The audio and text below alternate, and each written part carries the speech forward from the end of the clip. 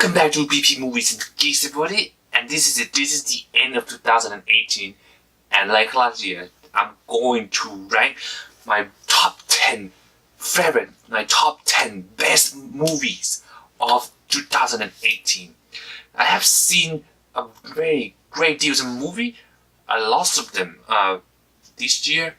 Now I did not see all of them. I did not see all of the movie. I try. There's so much movie to get. So this is my top 10 of the movie that I have seen this year. Now, with no further ado, let's go to number 10. Can You Ever Forgive Me? Is my number 10, is my 10th favorite movie of this year. An amazing movie. I like it so much. This is a movie that I do like performance more than the movie itself. Melissa McCarthy and Richard E. Grant is so amazing in this movie. Their chemistry between each other is so real. We feel their joy, we feel their sadness, and we feel their desperate with each other. Melissa McCarthy, by the way, a great transformative performance from mostly comedy to this dramatic, heartfelt moment. She's great, and I believe she's going to get an Oscar nomination in this one. Richard E. Grant, I like his performance so much, and in fact, he's my favorite best supporting actor of this year. He's amazing. This movie performance is amazing. Everything in here so good. Number 9 is A Star Is Born, directed by Barry Cooper. It is his first directorial debut in this film. He directed the hell out of this movie, and he also starring as a lead actor. And together with Lady Gaga, both of them like Can You Ever Forgive Me. The performance here is the selling point of this movie.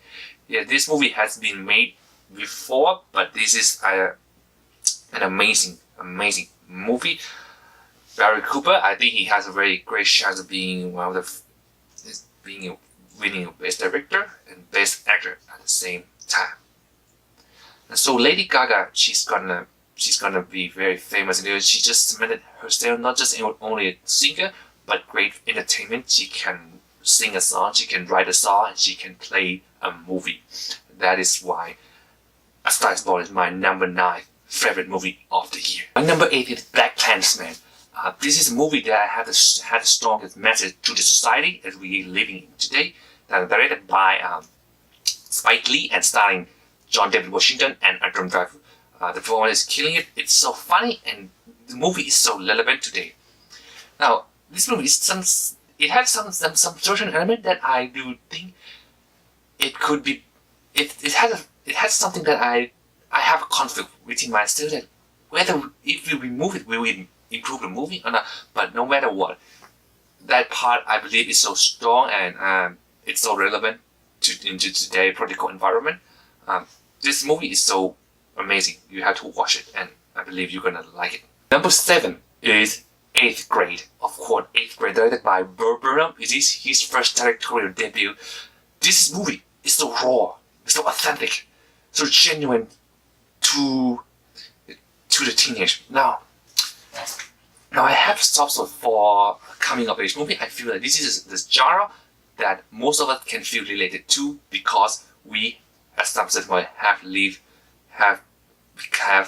coming of age, have living through the teenage life. They will focus on a teenage girl on her middle school. It's so raw. I believe we can feel ourselves in this movie. Many people say this is Lady Bird of this year, but I do disagree. This is a much better film than the Lady Bird. It's so raw, it's so authentic. It get into the character and so much. And by the way, the actress that play the main character here is she's amazing. She has a long career in front of her, I guarantee. Number 6 is, that's right, A Quiet Place. Is my 6th favorite movie of the year, directed by John Krasinski. This is one of the films that I believe watching in the theater will give you an amazing experience. One watching it with a lot of people, and when you have 100 of people in the theater and nobody make a noise, you realize that movie is so powerful. Of course, starring by John Krasinski himself and Emily Blunt, these two has an amazing chemistry. It's great, especially Emily Blunt. I like her performance in this one very, very much. I even like it more than in Mary Poppins, but no matter what, Mary Poppins is still amazing. Yeah, A Quiet Place. This is a movie that a simple writing and an excellent and perfect execution really hit the right point, and it showed that we don't need a very complicated, all we need just a simple and original idea to make a great movie. We don't need a 100 million, 200 million budget. We only need a small movie with a great concept idea and perfect execution. Everything come out perfect in A Quiet Place. Number 5, we move into the top 5, guys. I couldn't believe it. In the top 5, number 5 is Ready Player One. Now, to be honest with everybody, Ready Player One, quality-wise, probably one of the worst, one of the least quality in my top 10 and probably in my top 20. But this is the movie this is the reason I say this is my favorite. It had nothing to do with the number I give, how much criticism I give it. This movie is, I really like it. Ready Player One. Directed by Steven Spielberg, he takes us back to his famous era of the 80s, and everything feels like that. I enjoy myself watching this movie, especially when it's inside the world of the old 80s. I like catching all the references, all the Easter eggs in this movie, and there's plenty of them for me to catch. And hell yeah, Ready Player One. Guys, number 4. My 4th favorite movie of the year is Mission Impossible Fallout. Of course, Mission Impossible Fallout. Mission Impossible Fallout is not only the greatest action movie of this year, it's one of the greatest movie action, period. A big period. This movie is an amazing. Tom Cruise himself, he did all the stunt work by himself. He's flying on the helicopter. He's jumping off the cliff, jumping off the building and broke his ankle, and driving a motorcycle through the street. This movie is so awesome. It has little or no visual effect at all. It is so practical. This is a movie that we can feel the practical, and when you know that he did it by himself, you stunned by an amazing job that he himself, that Tom Cruise, put in this movie. It is so great. I like when the filmmakers respect audience and do not blow them with a heavy CGI. This is the movie that respect an audience and show them what they want and deliver, and for some people, and especially me, surpass that expectation greatly. We're moving into the very difficult place for me. Top 3. Top 3 is one. Now, this is for your information. All of these movies at some point have been my favorite movie of the year, so it means something. These movies are amazing. These movies are amazing. Starting with number 3 is Hereditary. Hereditary is one of the great horror movie. Period. This is the movie that this is probably the only movie I myself keep praying that please stop. I don't want to watch it anymore. It is so scary. It is so frightening. It scared the shit out of me. Ari Aster, oh my god, he did an amazing job on this one. The movie that is somehow could be very simple, but the suspense, the camera work, the sound effect, everything put together well, and of course Toni Collette, she is amazing. So I think her performance is top notch, and one of the best performances I've seen this year. Of course, many people don't like it. I understand the criticism that people have on this movie. You came in you went in with one expectation to be scared one way, but this movie did not want to scare you.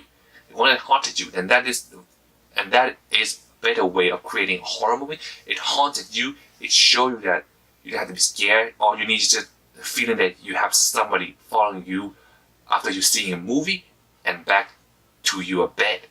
That's a great movie right there. The number 2 is First Man, directed by one of my favorite working directors today, Damien Chazelle. Oh my god, Damien Chazelle, he's back. That's a lot of people. That's a lot of people that, I don't know what happened with this movie. Not a lot of people like it that much. I don't care. This is I like sci-fi, space movie. This is one of the best of the year. And in fact, it's one of the best ever. First Man, Ryan Gosling, he himself can embody Neil Armstrong. Very good. Claire Foy playing as Neil Armstrong's wife is also an amazing job. Damien Chazelle he did it again, like he did in La La Land. We actually did it again.